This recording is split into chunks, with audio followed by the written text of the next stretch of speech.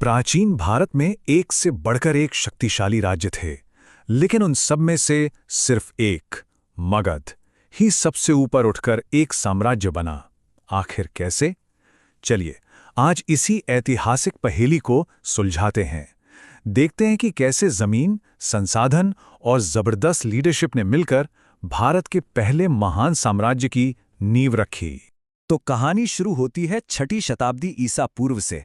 उस वक्त भारतीय उपमहाद्वीप एक चेसबोर्ड की तरह था। कोई एक अकेला राजा नहीं था, बल्कि यहाँ 16 बड़े और शक्तिशाली राज्य थे, जिन्हें हम महाजनपद के नाम से जानते हैं। और हाँ, इन सब में होड़ मची थी सबसे बड़ा बनने की, सबसे ताकतवर बनने की। तो सवाल यही है कि इन 16 में से मगध में ऐसा क्या खास था? आखिर वो कौन सी वजहें थीं जिसने मगध को इस रेस में सबसे आगे कर दिया और एक विशाल साम्राज्य में बदल दिया? चलिए एक एक करके इन वजहों की पड़ताल करते हैं। देखिए, किसी भी बड़ी सफलता के पीछे कुछ छिपे हुए फायदे होते हैं। मगध के मामले में ये फायदे थे उसकी जमीन और उसके प्राकृतिक संसाधन। ये वो अनफेयर एडवांटेजेस थे जिसने मगध के उदय की कहानी को शुरू से ही एक बढ़त दे दी थी।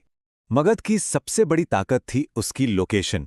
सोचिए, आज का जो दक्षिणी बिहार है वो इलाका, ये गंगा, सोन और गंडक जैसी बड़ी नदियों से घिरा हुआ था। इसका सीधा मतलब था जमीन बेहद उपजाऊ थी, यानी खेती बाड़ी से इतनी पैदावार होती थी कि खाने पीने की कोई कमी नहीं थी। और तो और ये नदियां उस जमाने के नेशनल हाईवे थीं। व्यापार के लिए, सेना को एक जगह से दूसरी जगह ले जाने के लिए सब कुछ बहुत आसान और सस्ता था। अब लोकेशन के अलावा मगध की जमीन के नीचे भी खजाना छिपा था। राजगीर के पास लोहे के बहुत बड़े भंडार थे, और लोहा मतलब उस जमाने का स्टील। इससे बनते थे बेहतर और मजबूत हथियार और खेती के लिए मजबूत औजार। इतना ही नहीं, घने जंगलों से लकड़ी मिलती थी, और सबसे जरूरी, जंगलों में रहते थे हाथी, जो मगध की सेना का सबसे बड़ा हथियार बनने वाले थे। और इस बात को हल्के में मत लीजिए, प्राचीन काल की लड़ाई में हाथी का होना मतलब आज की आर्मी में टैंक का होना। सोचिए, हाथियों की एक पूरी फौज जब दुश्मन की सेना पर टूट पड़ती होगी तो क्या होता होगा। ये एक ऐसा मिलिट्री एडवांटेज था जो बाकियों के पास इतनी बड़ी तादाद में नहीं था। मगध के राजाओं ने अपनी राजधानियां भी कमाल की चुनी। पहली राजधानी थी राजगृह, जो 5 तरफ से पहाड़ियों से घिरी थी, मतलब एक नेचुरल किला जिसे जीतना लगभग नामुमकिन था। और बाद में जब राजधानी पाटलिपुत्र शिफ्ट हुई तो वो गंगा और सोन नदियों के संगम पर थी, एक तरह का जलदुर्ग या वाटरफोर्ट, जो व्यापार और सेना के कंट्रोल के लिए एकदम परफेक्ट जगह थी। लेकिन देखिए, सिर्फ अच्छे संसाधन और बेहतरीन लोकेशन होने से कुछ नहीं होता। आपको चाहिए होते हैं काबिल और महत्वाकांक्षी लोग जो इन फायदों का सही इस्तेमाल कर सकें।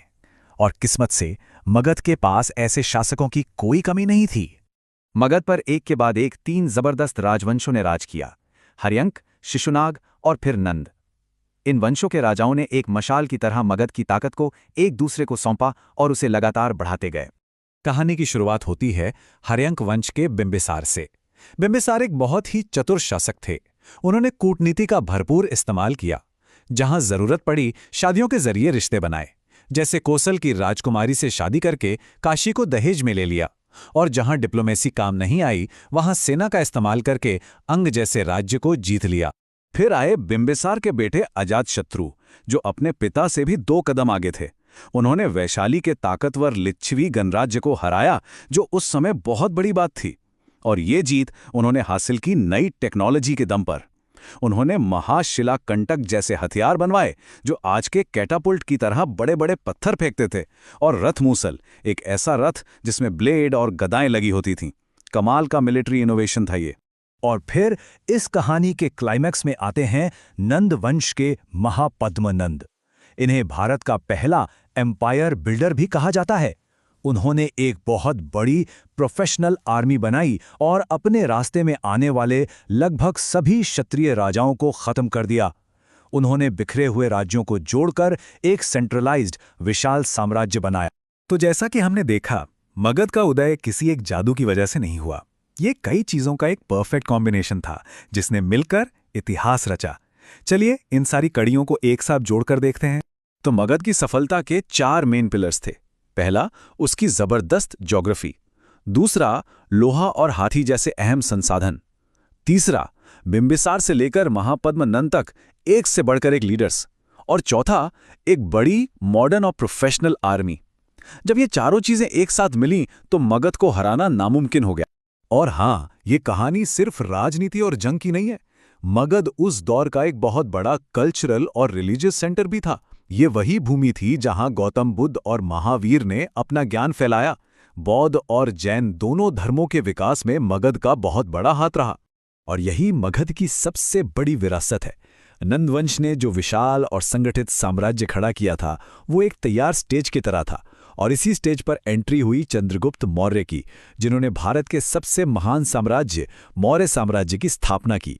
तो अंत में एक सवाल, जरा सोचिए, अगर मगध ने ये मजबूत नींव तैयार न की होती, ये संसाधन, ये सेना, ये सेंट्रलाइज्ड सिस्टम, तो क्या मौर्य साम्राज्य कभी उतना महान बन पाता जितना हम उसे आज जानते हैं?